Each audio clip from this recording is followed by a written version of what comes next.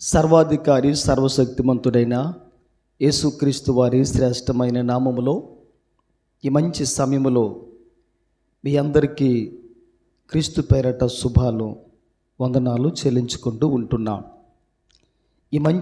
ఈ సమయంలో ఈ ఆదివారపు దినమున ఈ విధంగా ప్రభు పాదముల చెంత కొంత సమయం దేవుణ్ణి స్తుతించి ఆరాధించే ఈ చక్కటి అవకాశాన్ని ప్రభు మనకు ప్రసాదించారు.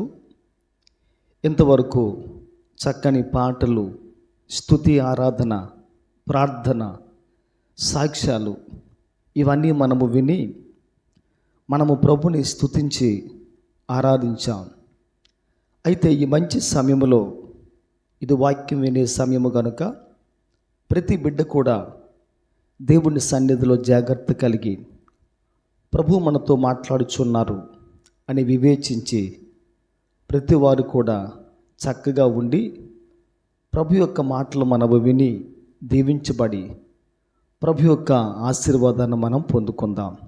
అట్టి విధంగా ఆ కృప కలిగిన ప్రభు మన జీవితంలో మనతో ప్రభు తన మెల్లనైన ఆ స్వరాన్ని వినిపింపచేసి ఆయనే మనతో మాట్లాడే విధంగా ప్రతివారు కూడా సిద్ధపడి ప్రభు మాట మనం విందాం. బైబిల్ గ్రంథములో ఉన్న ఒక లేఖన భాగాన్ని మనం చదువుకుందాం. మత్తయి సువార్త 5వ అధ్యాయం 13 వచ్చిన భాగాన్ని మనం వాక్యములో చూడగలిగితే, ఈ మత్తయి సువార్త 5వ అధ్యాయం 13 వచ్చిన భాగం ఈ విధంగా వాక్యములో రాయబడి ఉంది. మీరు లోకమునకు ఉప్పై ఉన్నారు. ఉప్పు నిస్సారమైతే అది దేని వలన సారము పొందును? అది బయట పారవేయబడి మనుషుల చేత త్రొక్కబడుటకే కానీ మరి దేనికి నీ పనికిరాదు అని ఆ విధంగా ఈ వాక్యంలో మనము చూస్తూ ఉంటున్నాం. ఒక మాటలో చెప్పాలంటే మీరు లోకమునకు ఉప్పై ఉన్నారు అని యేసుక్రీస్తు ప్రభులు వారు ఆ విధంగా చక్కని మాటను ఆయన మాట్లాడుతూ ఉంటున్నారు.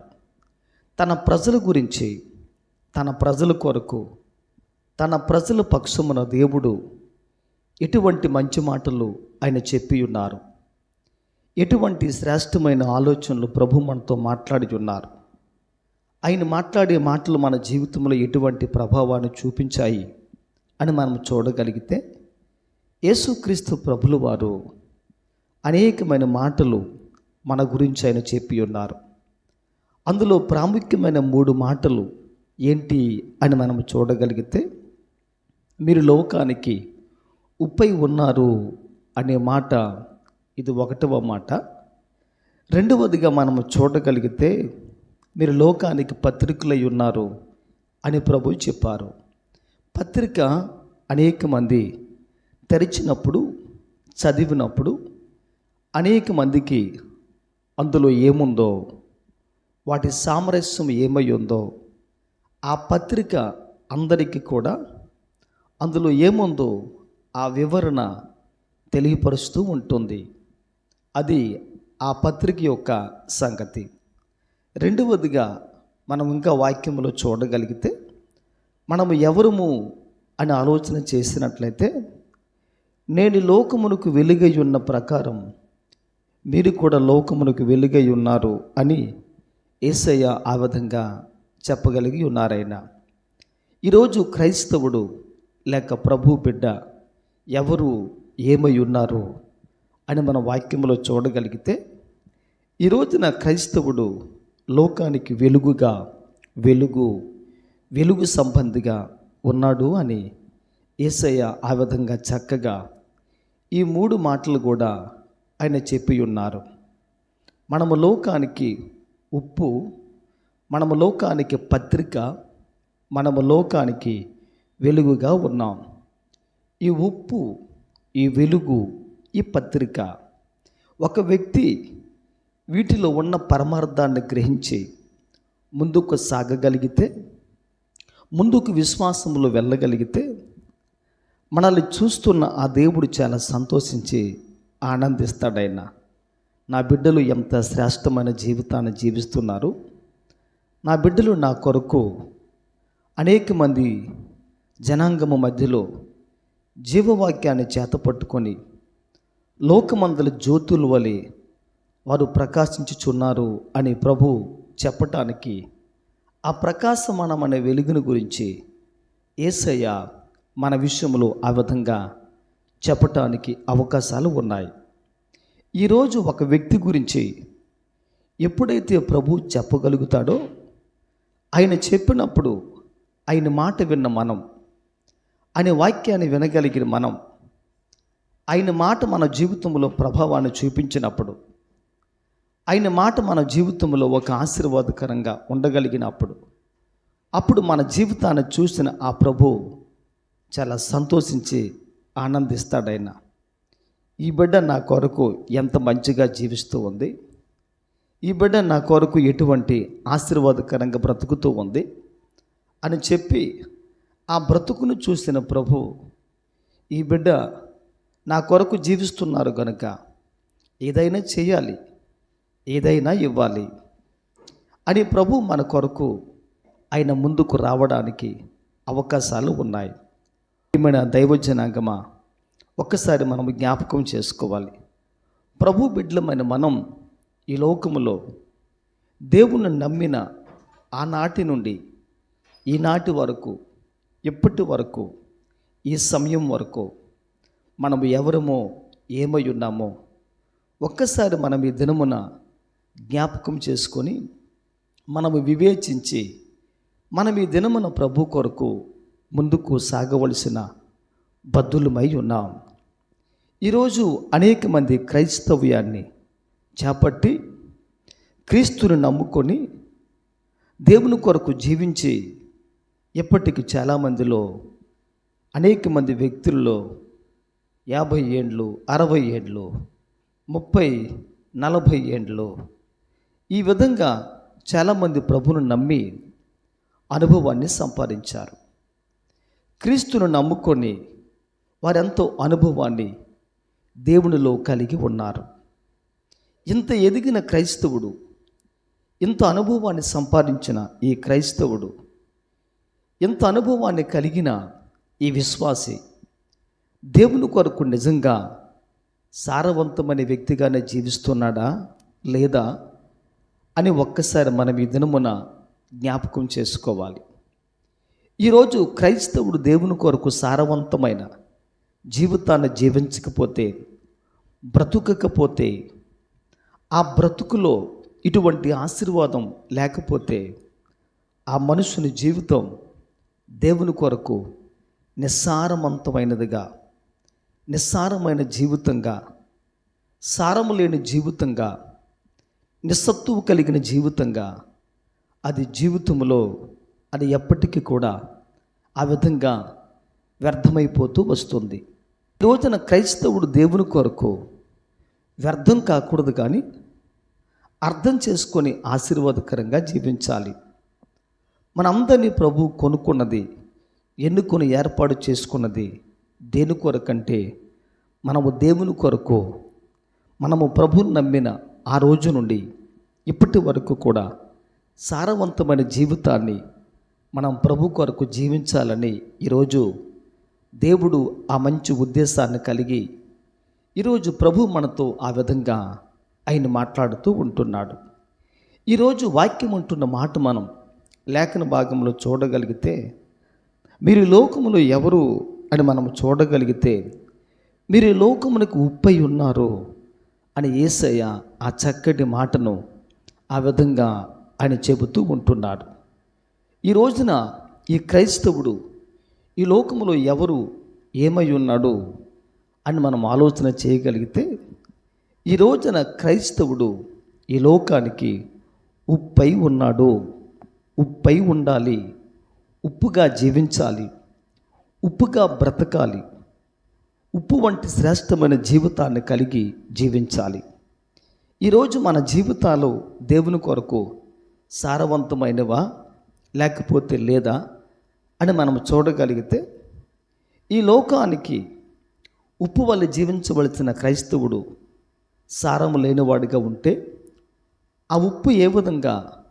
బయట పారవేయబడి అది ఏ విధంగా త్రొక్కబడుతుందో ఆ మనుషుల చేత ఈరోజు మనం కూడా ఆ విధంగా బయట పారవేయబడి నెట్టివేయబడే ఆ స్థితి మన జీవితానికి రాక తప్పదు.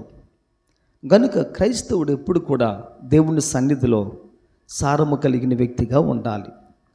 అందుకనే పెద్దలు ఈ విధంగా అంటారు, చెట్టుకు మట్టికి సారం చాలా అవసరం. సారం లేకపోతే చెట్టు ఏపుగా అభివృద్ధికరంగా ఆశీర్వాదకరంగా అది ఉండదు. చెట్టు ఫలించాలి అంటే, ఫలభరితంగా ఉండాలంటే, ఆ చెట్టు ఫలించే విధంగా ఉండాలంటే ఆ చెట్టు సారవంతమైనదిగా ఉండాలి.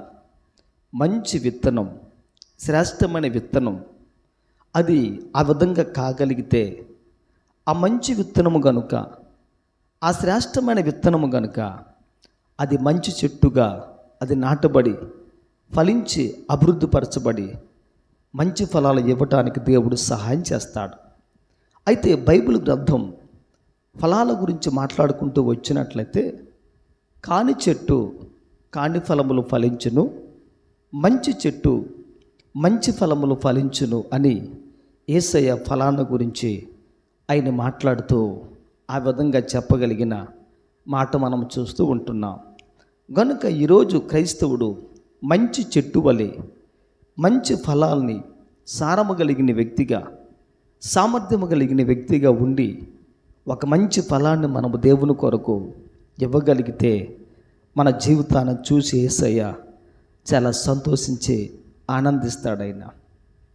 కొన్ని ప్రదేశాలు ఉన్నాయి, కొన్ని ప్రాంతాలు ఉన్నాయి, అవన్నీ మట్టే, ఇవన్నీ కూడా పొలాలే. అయితే ఆ యొక్క పొలానికి సత్తువుకు రావాలంటే, సత్తువు కలిగిన భూమిగా ఉండాలంటే ఆ పొలములో ఏమేయబడాలంటే ఎరువ వేయబడాలి. ఎరువులు వేసినట్లయితే, భూమిని దున్నగలిగితే, మెత్తన చేయగలిగితే ఆ మట్టి లేక ఆ పొలంలో ఉన్న ఆ మట్టి లేక పొలం సారవంతమైన పొలముగా మార్చబడడానికి అప్పుడు మాత్రమే అవకాశం ఉంటుంది.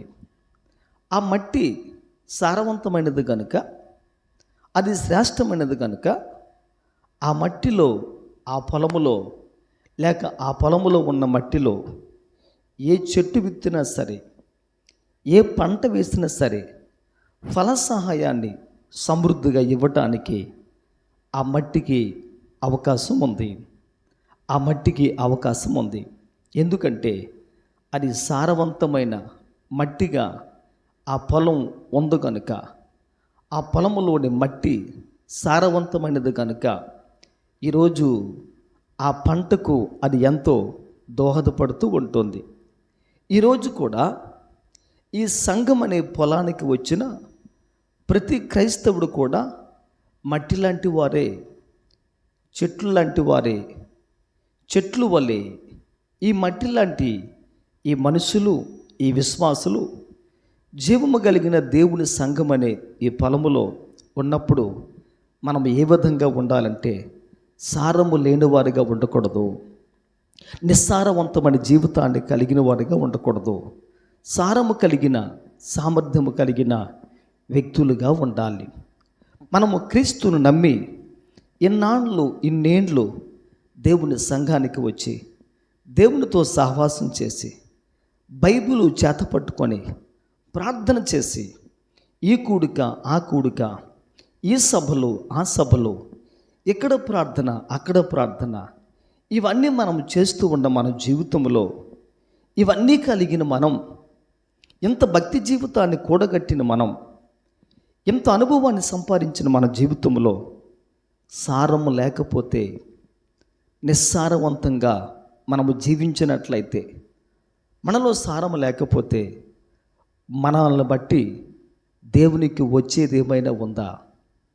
మనల్ని బట్టి దేవునికి మహిమ ఘనత ప్రభావాలు ఏమైనా ఉన్నాయా? ఒక్కసారి మనం ఈ దినమున జ్ఞాపకం చేసుకోవాలి.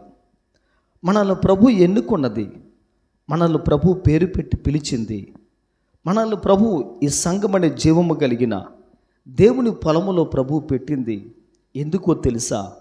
మనము సారవంతంగా ఉండాలని, మనము సారము కలిగి జీవించాలని, మన సారము అనేక మందికి ఆశీర్వాదకరంగా ఉండాలని, మన ఫలాలు అనేక మందికి సమృద్ధికరంగా ఉండాలని, మన జీవితం అనేక మందికి ఆశీర్వాదకరంగా ఉండాలని ఈరోజు ఆ ప్రభులు వారు మనందరిని కూడా అటువంటి ఆ సంఘం అనే ఆ పొలములో సారవంతమైన చెట్లు వల్లి పంటగా మనం ఉండాలని ఈరోజు దేవుడు కోరుకుంటూ ఉంటున్నాడు. మనము ఫలించకుండా మన జీవితంలో ఎటువంటి నిస్సారవంతమైన స్థితి ఉందో దాన్ని మనం విడిచిపెట్టగలిగితే నిజంగా మన జీవితాలు దేవుని కొరకు ఆశీర్వాదకరంగా ముందుకు సాగడానికి అవకాశం ఉంది. కీర్తన గ్రంథము 32వ అధ్యాయం 4వ వచన భాగాన్ని మనం చూద్దాం. కీర్తన గ్రంథం ఈ 32వ అధ్యాయం ఈ 4వ వచన భాగాన్ని మన వాక్యంలో చూడగలిగితే దైవ వాక్యం ఈ విధంగా చెబుచూ ఉంది. ఆ మాట ఏంటంటే, నా సారము వేసవి కాలమున ఎండినట్టాయను అనే మాట మనం చూస్తూ ఉంటున్నాం. నా సారము వేసవి కాలమున ఎండిపోయే విధంగా నా స్థితి, నా బ్రతుకు, నా పరిస్థితి, నా విధానం ఆ విధంగా ఎండిపోయినట్టుగా మార్చబడిపోయిందని భక్తుడు ఆ విధంగా సెలవిస్తూ ఉంటున్నాడు. అయితే ఈ రోజున ఏది ఈ వేసవి కాలం, ఎండిపోయిన స్థితి ఏది అని మనం చూడగలిగితే, ఎండిపోయిన స్థితి గురించి, అదేవిధంగా వేసవి కాలాన్ని గురించి మన వాక్యంలో చూడగలిగితే, అప్పుడప్పుడు ఈ మనుషుని జీవితంలో కొన్ని శ్రమలు, కొన్ని బాధలు, కొన్ని ఇబ్బందులు, కొన్ని ఉపద్రవాలు, కొన్ని కష్టాలు, కన్నీళ్ళు, కడగండ్లు ఆ విధంగా అప్పుడప్పుడు కూడా ఈ మనుషుని జీవితంలో ప్రవేశిస్తూ ఉంటాయి. ఈ కష్టాలు, ఈ బాధలు మన జీవితంలోనికి వచ్చినప్పుడు, ప్రవేశించినప్పుడు మనం అనుకుంటున్నది ఏంటంటే, నాకెందుకు ఈ కష్టం వచ్చింది, నాకెందుకు ఇబ్బంది వచ్చింది, నాకెందుకు ఈ దుస్థితి, నాకెందుకు ఈ పరిస్థితి, నా బ్రతుకులో ఇటువంటి విధానం లేకపోతే బాగున్నే అని చెప్పి ఆ విధంగా మనం అనుకుంటూ ఉంటాం. ఆ విధంగా మనం మాట్లాడుకుంటూ ఉంటాం. ఎన్నో సందర్భాల్లో మనుషుడు ఈ విధంగా కష్టకాలంలో, శ్రమకాలంలో, శ్రమ, నష్టము, కష్టము వచ్చినప్పుడు మనుషుడు తన జీవితంలో ఏమైపోతూ ఉంటాడంటే, తనలో ఉన్న సారాన్ని, తనలో ఉన్న బలాన్ని, తనలో ఉన్న విశ్వాస్యతను, నమ్మకాన్ని క్రమేణా జీవితంలో పోగొట్టుకునే ఆ పరిస్థితి ఆ మనుషునికి ఏర్పడుతుంది. ఆ పరిస్థితి ఆ మనుషునికి ఆ సందర్భాలలో ఏర్పరచబడుతుంది. ఈరోజు ఒక వ్యక్తి ఆ స్థితి రాకుండా ఉండాలంటే మనం ఏం చేయాలి? మనము ఎక్కడ నాటపడాలి? మనము ఎక్కడ ఉంటే సారవంతంగా మన జీవితం ముందుకు వెళుతుంది అని మన వాక్యములో చూడగలిగితే, కీర్తన గ్రంథం 1వ అధ్యాయం 3వ వచన భాగం, కీర్తన గ్రంథం 1వ అధ్యాయం 3వ వచన భాగం మనం వాక్యములో చూడగలిగితే, దేవుని వాక్యములో ఈ విధంగా వ్రాయబడి ఉంది. అతడు నీటి కాలువల యోరను నాటబడిన వాడై ఆకు వాడక తన కాలమందు ఫలమిచ్చు చెట్టు వలె ఉండును. ఆకు వాడక తన కాలమందు ఫలమిచ్చే చెట్టు వలె ఉండును అని దేవుని వాక్యములో ఈ మాట మనం చూస్తూ ఉంటున్నాం. ఒక వ్యక్తి, ఒక విశ్వాసి, ఒక ప్రభు బిడ్డ, ఒక ఆత్మ సంబంధి, ఒక ఆత్మీయుడు ఎక్కడ నాటబడితే బాగుంటుంది, ఎక్కడ నాటబడాలి, ఏ స్థితిలో ఉండాలి, తన జీవితానికి సౌఖ్యము, క్షేమమిచ్చేది లోకమా, ధనమా, ఐశ్వర్యమా, ధనగణతల, పేరు ప్రఖ్యాతుల, విద్య, ఉద్యోగమా, హోదానా, ఎక్కడ ఏ స్థితిలో ఉంటే ఆ వ్యక్తి దేవుని కొరకు ఫలభరితంగా, ఆ వ్యక్తి సారవంతంగా ఉంటాడు అని మన వాక్యములో చూడగలిగితే, ఒక వ్యక్తి నీటి కాలువల యోరన ప్రక్కన నాటబడితే ఆ నాటబడిన వ్యక్తి తన జీవితంలో ఏ విధంగా ఉంటాడు అని మన వాక్యములో చూడగలిగితే, అతడు ఆకు వాడక తన కాలమందు ఫలమిచ్చు చెట్టు వలె ఆయన ఉంటాడు. కాని ఫలములు కాదు, మంచి ఫలములే ఇస్తూ ఉంటాడు. చెడ్డ ఫలములు కాదు, మంచి ఫలాలు మాత్రమే. కాపు మానకుండా, ఆకు వాడకుండా తన కాలంలో ఆ ఫలాన్ని ఇవ్వటానికి ఆ చెట్టు ఏ విధంగా అయితే సిద్ధపాటు కలిగి ఉంటుందో, అదేవిధంగా ఒక వ్యక్తి దేవుని సన్నిధిలో నీటి కాలువల యోరను నాటబడిన వ్యక్తిగా ఉంటే అప్పుడు మాత్రమే తన జీవితం అనేక మందికి ఆశీర్వాదకరంగా ఉంటుంది అని ప్రభులు వారు ఆ చక్కని మాటను ఆయన మాట్లాడుతూ ఉంటున్నారు. నీటి కాలువల యోర ఏది అని మనం చూడగలిగితే, ఈ నీటి కాలువ దేనికి సాదృశ్యంగా ఉంది అని మన వాక్యములో చూడగలిగితే, దేవుని వాక్యం ఈ విధంగా సెలవిస్తూ ఉంది. దేవుని యొక్క వాక్యానికి పెట్టబడే పేరేం పేరంటే జీవజలము అని, నీటి ఊట అని. ఊట యొద్ద నాటబడిన కొమ్మని యోసేపుకి ఏ విధంగా పేరు పెట్టబడిందో, ఈరోజు ఒక విశ్వాసి దేవుని కొరకు ఏ విధంగా నాటబడాలి అని వాక్యం మనతో మాట్లాడుతుంది అని మనం చూడగలిగితే, నీటి ఊట యొద్ద ఒక వ్యక్తి నాటబడాలి అని ఈరోజు దేవుని వాక్యం ఆ విధంగా సెలవిస్తూ ఉంది. అనగా ఒక్క మాటలో చెప్పాలంటే, ప్రభు బిడ్డలు జీవజలపు ఊటైన యేసుక్రీస్తు ప్రభువులో, ఆయన సన్నిధిలో, ఆయన ప్రాంగణములో, ఆయన ఉన్న స్థలములో మనము దేవుని కొరకు ఒక విశేషమైన జీవితాన్ని జీవించిన వారుగా, ఒక్క మాటలో చెప్పాలంటే దేవుని సంఘములో, దేవుని సహవాసములో, దేవుని ప్రాంగణములో, ఆయన సన్నిధిలో, ఎక్కడ ఆయన సన్నిధి ఉంటుందో ఆ స్థలాలు అన్నీ కూడా ఎట్లాంటివి, ఏ విధమైనవి అని మన వాక్యంలో చూడగలిగితే అవన్నీ కూడా జీవజలపు ఊటలే, జీవజలపు ఊటలే. యేసయ్య వాక్యం, యేసయ్య సన్నిధి, యేసయ్య ప్రేమ, యేసయ్య సహవాసం, యేసయ్య కార్యాలు, కార్యక్రమాలు ఎక్కడెక్కడ ఉంటాయో, ఎక్కడెక్కడ జరుగుతూ ఉంటాయో అవన్నీ కూడా జీవజలపు ఊట అని మనం ఈరోజు గ్రహించి ఆలోచించాలి. అనగా ఒక్క మాటలో చెప్పాలంటే, క్రైస్తవుడు ఎప్పుడు కూడా సారవంతమైన జీవితాన్ని క్రీస్తు కొరకు జీవించాలి అని అనుకుంటే, ఈరోజు ఆ వ్యక్తి జీవము కలిగిన దేవుని సంఘములో, దేవుని సహవాసములో, వాక్యానికి దగ్గరగా, ప్రార్థనకు దగ్గరగా, సహవాసానికి దగ్గరగా ఒక వ్యక్తి దేవుని కొరకు ఆ విధంగా నాటబడాలి అని ఈరోజు దేవుని వాక్యం ఆ విధంగా సెలవిస్తూ ఉంది.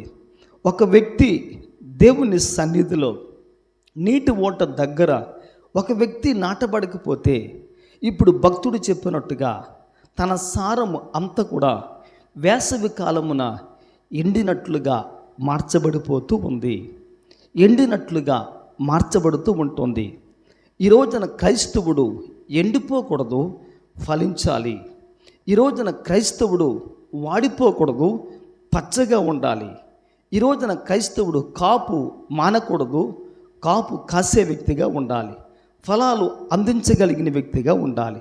సారము కలిగిన ప్రతి క్రైస్తవుడు కూడా వేసవి కాలములో, కష్టకాలములో, శ్రమకాలములో ఎండిపోయిన వాడిగా ఉండకూడదు. కానీ దేవుని సన్నిధిలో జీవ జలపు ఊట యొద్ద, నీటి ఊట యొద్ద ఒక వ్యక్తి దేవుని కొరకు నాటబడి ఫలాలు దేవుని కొరకు ఇవ్వగలిగిన ఒక మంచి క్రైస్తవునిగా, సారవంతమైన క్రైస్తవునిగా దేవుని కొరకు ఈరోజు మార్చబడాలి అని దేవుని వాక్యం ఆ విధంగా సెలవిస్తూ ఉంది.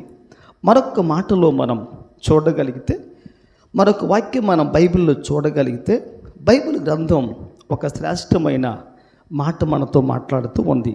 ఆ మాట ఏంటంటే, మార్కు సువార్త 9వ అధ్యాయము 49వ వచనం 50వ వచన భాగం. మార్కు సువార్త 9, 49:50లో వాక్యమంటున్న మాట ఏంటంటే, ప్రతి వానికి ఉప్పు సారము అగ్ని వలన కలుగుచున్నది అని ఆ మాట మనం చూస్తూ ఉంటున్నాం. ప్రతి వానికి ఉప్పు సారము అగ్ని వలన కలుగును. ఉప్పు మంచిదే కానీ ఉప్పు నిస్సారమైన ఎడల దేని వలన మీరు దానికి సారము కలుగజేతురు? మీలో మీరు ఉప్పు సారము గలవారై ఉండి ఒకరితో ఒకరు సమాధానముగా ఉండవలనని ఇక్కడ చెప్పాను అనే మాట మనం వాక్యంలో చూస్తున్నాం. ఉప్పు బయట పారవేయబడకుండా, మనుషుల చేత ఆ ఉప్పు త్రొక్కబడకుండా ఉండాలంటే ఈరోజు వాక్యం అంటున్న మాట ఏంటి అని మన వాక్యంలో చూడగలిగితే, ఈ రోజున ఈ ఉప్పు సారవంతంగా ఉండాలి. ఉప్పు సారవంతంగా ఉంటే బయట పారవేయబడదు. ఉప్పు సారవంతంగా ఉంటే అది మనుషుల చేత త్రొక్కివేయబడదు. ఉప్పు సారవంతంగా ఉంటే అది శ్రేష్టంగా మంచిగా ఉంటుంది. ఉప్పుకు సారము రావాలి అని అంటే వాక్యం అంటున్న మాట ఏంటంటే, ఉప్పుకు సారము అగ్ని వలన కలుగుతుంది అని దేవుని యొక్క లేఖన భాగంలో ఆ విధంగా మనం చూస్తూ ఉంటున్నాం. ఎవరు ఈ అగ్ని అని మన వాక్యంలో చూడగలిగితే, యేసుక్రీస్తు ప్రభులు వారు తన బోధనలో, తన సందేశాల్లో ఆయన ఒక మంచి మాటను మాట్లాడి ఉన్నారు. ఆ మాట ఏంటంటే, నేను ఈ లోకమునకు వెలుగును అని ప్రభులు వారు ఆ విధంగా చెప్పారు. అంత మాత్రమే కాదు, పాత నిబంధన గ్రంథములో కూడా భక్తులు ఆయన గురించి మాట్లాడుతూ వాళ్ళు చెప్పే మాట ఏంటంటే, దేవుడు దహించు అగ్ని, దేవుడు రోషము కలిగిన దేవుడు అని దేవుని గురించి ఆ విధంగా లేఖన భాగంలో రాయబడి ఉంది. దేవుడు వెలుగు, దేవుడు దహించు అగ్ని అని మనం ఈ దినమున వాక్యములో చూస్తున్నాం. అంత మాత్రమే కాదు, మలాకి గ్రంథం 4వ అధ్యాయం 2వ వచన భాగం మనం చూడగలిగితే, ఆ 2వ వచన భాగంలో వాక్యం ఈ విధంగా సెలవిస్తూ ఉంది. నా నామమందు భయభక్తులు గలవారగు మీకు నీతి సూర్యుడు ఉదయించును అనే వాక్యములో మనం ఈ మాటను చూస్తూ ఉంటున్నాం. అనగా ఈ వాక్యములో ఉన్న మాట ఏంటంటే, యేసుక్రీస్తు ప్రభులు వారు నీతి సూర్యుడైన ఆయన వెలుగైన, ఆయన వెలుతురు కలిగిన వాడైనా, ఆయన వెలుతురు కలిగిన వాడైనా, ఆ అగ్నికి ఏముందంటే, అగ్నిలో వెలుతురు ఉంది, అగ్నిలో వేడి కూడా ఉంది, అగ్నిలో ప్రభావం ఉంది. ఒక్క మాటలో చెప్పాలంటే, నీతి సూర్యుడిగా పిలువబడే యేసు క్రీస్తు ప్రభువులో ఏముందంటే, వెలుగు ఉంది, వెలుతురు ఉంది, దహించే అగ్ని ఆయనే, రోషము కలిగిన దేవుడు ఆయనే, లోకమునికి వెలుగు కూడా ఆయనే.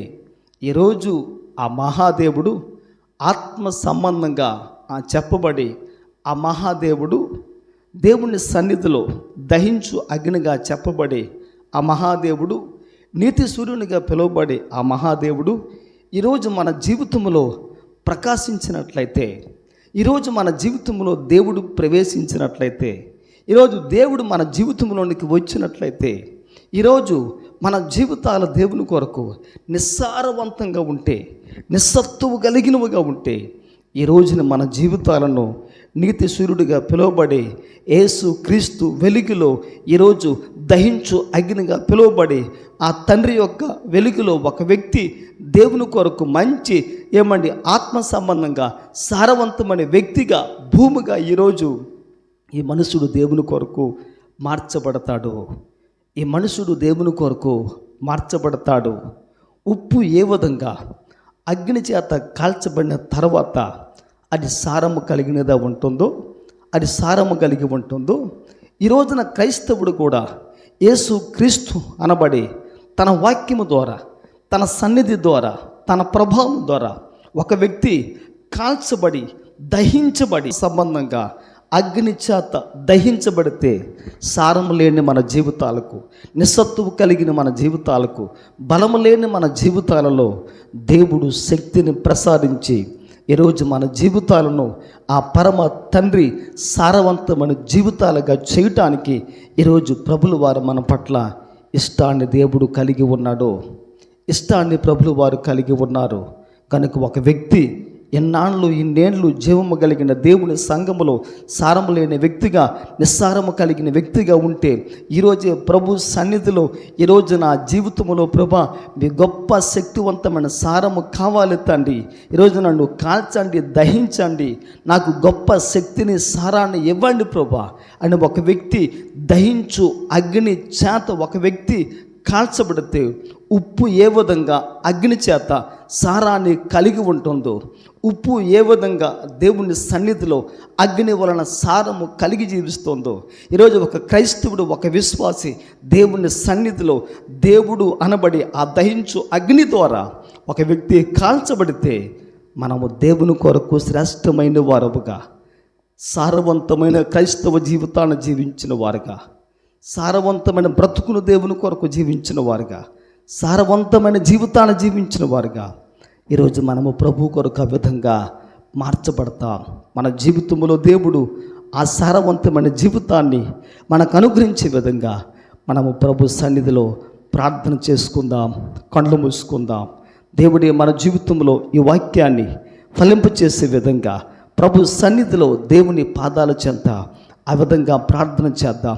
దేవా, నన్ను సారవంతమైన వ్యక్తిగా చేయండి, మలచండి, మార్చండి ప్రభా అని ఒక వ్యక్తి దేవుని సముఖంలో కనికరించమని కన్నీరు కార్చి ప్రభు పాదములు పట్టుకొని ప్రాధేయపడదాం.